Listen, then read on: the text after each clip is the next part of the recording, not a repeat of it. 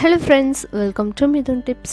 இன்றைக்கி நம்ம சூப்பரான சுரைக்காய் ரெசிபி தான் வந்துட்டு பார்க்க போகிறோம். சுரைக்காய் வச்சு தயிர் பச்சடி வந்துட்டு எப்படி செய்கிறதுன்னு பார்க்கலாம்.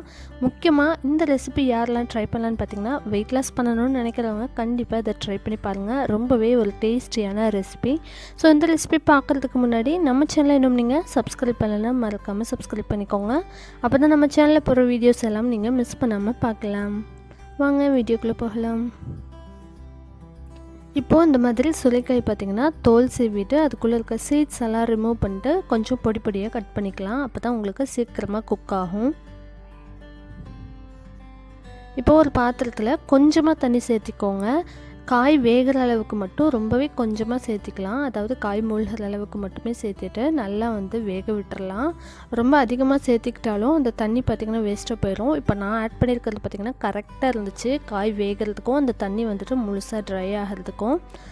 அதை லேசாக உப்பு போட்டு வேக வச்சுக்கோங்க.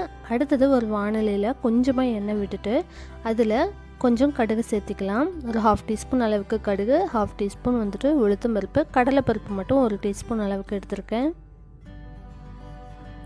இப்போ இது மூணும் நல்லா பொரியட்டும். இதுக்குள்ளே ஒரு பாதி அளவுக்கான பெரிய வெங்காயம் எடுத்திருக்கேன். அதுக்கப்புறம் 2 பச்சை மிளகாய், 2 காஞ்ச மிளகாய், 1 கொத்து கருவேப்பிலை, இது எல்லாத்தையும் சேர்த்துட்டு நல்லா செவக்க வறுத்துடலாம். பச்சை மிளகாய் வரமிளகாய் ரெண்டுமே சேர்க்கும்போது அதோட டேஸ்ட் பார்த்திங்கன்னா ரொம்பவே நல்லாயிருக்கும். அதே போல் வெங்காயம் அதிகமாக போட்டாலும் நல்லாயிருக்கும். ஒரு சிலருக்கு வெங்காயம் பிடிக்காது. அப்படி இருக்கும்போது நீங்கள் வெங்காயம் போடாமல் செஞ்சாலும் அதோட டேஸ்ட்டு நல்லா தான் இருக்கும். இப்போது இது எல்லாத்தையும் நல்லா ஃப்ரை பண்ணிக்கலாம்.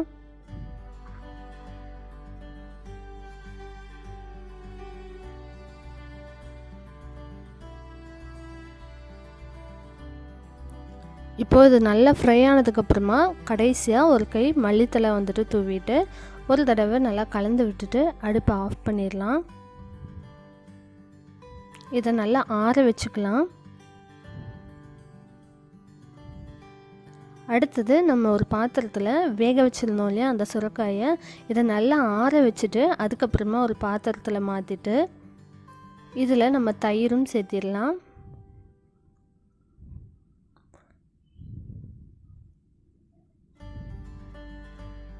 நீங்கள் சுரைக்காய் வேக வைக்கும்போது ஒரு வேளை தண்ணி பற்றாமல் போயிடுமோ அப்படின்னு நினச்சிங்கன்னா கூட, ஒரு வேளை வேகலைன்னா கூட மறுபடியும் சுடு தண்ணி வச்சு அதில் சேர்த்திக்கலாம். ஆனால் ரொம்ப தண்ணி ஆட் பண்ணிட்டோம் அப்படிங்கும்போது அந்த தண்ணி சத்து எல்லாமே வேஸ்ட்டாக போயிடும். இப்போது இதில் கொஞ்சமாக உப்பு சேர்த்திட்டோம். அதுக்கப்புறம் நல்லா கெட்டியான தயிர் சேர்த்திடலாம். இப்போது உங்களுக்கு எந்த அளவுக்கு தயிர் வேணுமோ அதுக்கு தகுந்த மாதிரி சேர்த்திக்கோங்க. நான் 1 கப் அளவுக்கு தயிர் எடுத்திருக்கேன். நல்லா கலந்து விட்டுக்கலாம்.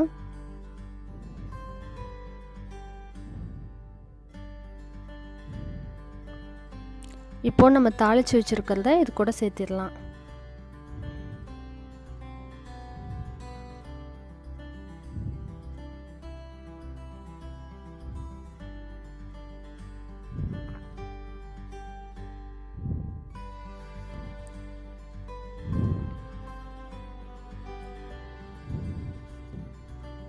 இப்போது இதை நல்லா கலந்து விட்டுக்கலாம்.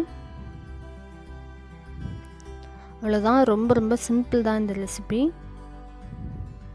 இதை நல்லா மிக்ஸ் பண்ணிவிட்டு ஒரு 30 மினிட்ஸ் அப்படியே விட்டுட்டோம்னா இது நல்லா செட் ஆயிரும். அதுக்கப்புறம் சாப்பிடும்போது ரொம்பவே டேஸ்டியாக இருக்கும்.